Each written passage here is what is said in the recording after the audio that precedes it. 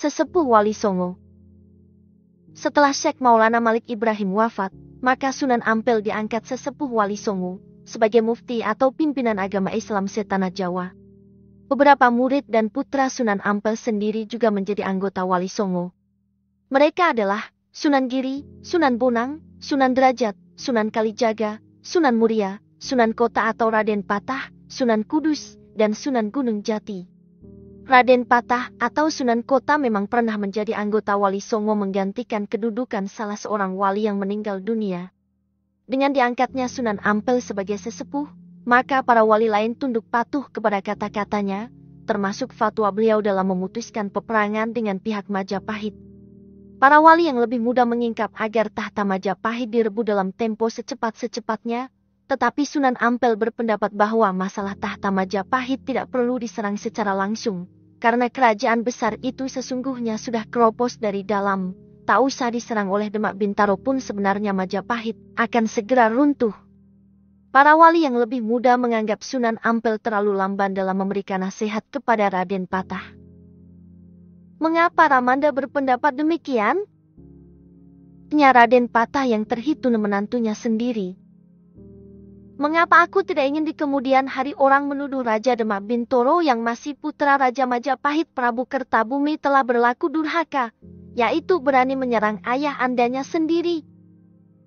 Jawab Sunan Ampel. Lalu, apa yang harus saya lakukan?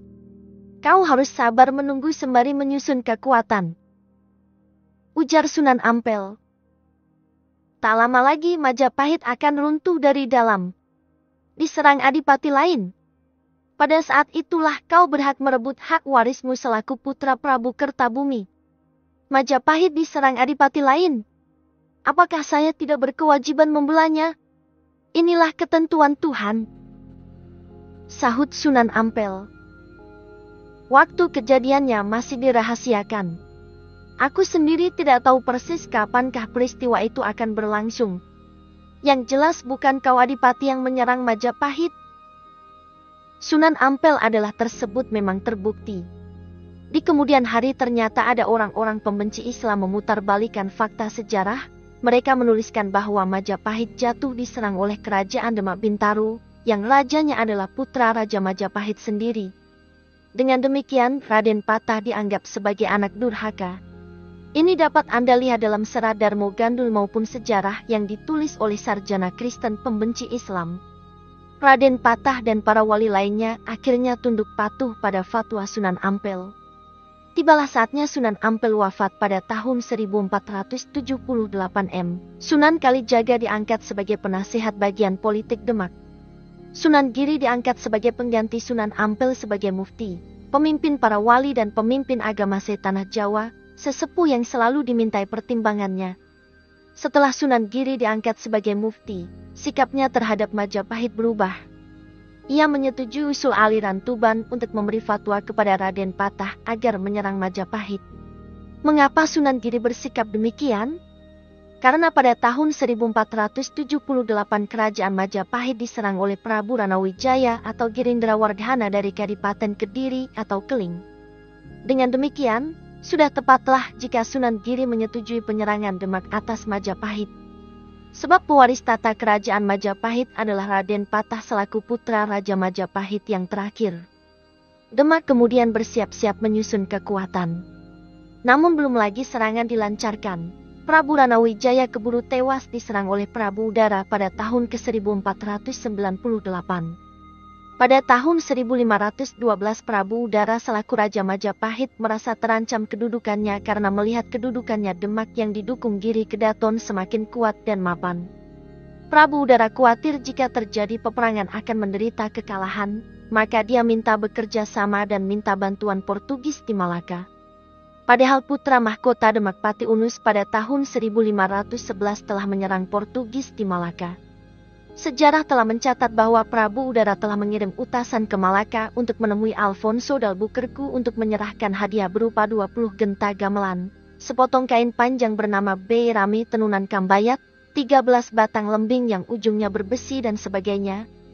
Maka tidak salah jika pada tahun 1517 Demak menyerang Prabu Udara yang merampas harta Majapahit secara tidak sah, dengan demikian jatuhkan Majapahit ke tangan Demak. Seandainya Demak tidak segera menyerang Majapahit, tentu bangsa Belanda.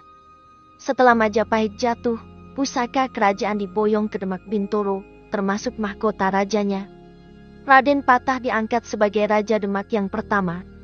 Sunan Ampel juga turut membantu mendirikan Masjid Agung Demak yang didirikan pada tahun 1477 m. Salah satu di antara 4 tinggi utama Masjid Demak hingga sekarang masih diberi nama sesuai dengan yang membuatnya, yaitu Sunan Ampel. Beliau pula yang pertama kali menciptakan huruf pagon atau tulisan Arab berbunyi bahasa Jawa. Dengan huruf pagon ini, beliau dapat menyampaikan ajaran-ajaran Islam kepada para muridnya. Hingga sekarang huruf pagon tetap dipakai sebagai bahan pelajaran agama Islam di kalangan pesantren. Penyelamat akidah. Sikap Sunan Ampel terhadap adat istiadat lama sangat hati-hati. Hal ini didukung oleh Sunan Giri dan Sunan Derajat. Seperti yang pernah disebutkan dalam permusyawaratan para wali di Masjid Agung Demak. Pada waktu itu Sunan Kalijaga mengusulkan adat istiadat Jawa seperti selamatan, bersaji, kesenian wayang dan gamelan dimasuki rasa keislaman. Mendengar pendapat Sunan Kalijaga tersebut, bertanyalah Sunan Ampel, apakah tidak mengkhawatirkan di kelak kemudian hari bahwa adat istiadat dan upacara lama itu nanti dianggap sebagai ajaran yang berasal dari agama Islam? Jika hal ini dibiarkan, nantinya akan menjadi bidah. Dalam musyawarah itu Sansen Kudus menjawab pertanyaan Sunan Ampel.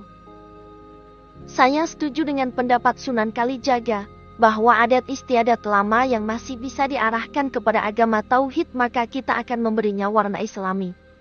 Sedang adat kepercayaan lama yang jelas-jelas menjuruskan kemusyrikan kita tinggalkan sama sekali. Sebagai misal, gamelan dan wayang kulit, kita bisa memberinya warna Islami sesuai dengan selera masyarakat. Adapun tentang kekhawatiran Kanjeng Sunan Ampel, saya mempunyai keyakinan bahwa di belakang hari akan ada orang yang menyempurnakan. Adanya dua pendapat yang seakan bertentangan tersebut sebenarnya mengandung hikmah. Pendapat Sunan Kalijaga dan Sunan Kudus ada benarnya, yaitu agar Islam cepat diterima oleh orang Jawa, dan ini terbukti dikarenakan dua wali tersebut pandai mengawinkan adat istiadat lama yang dapat ditolerir Islam.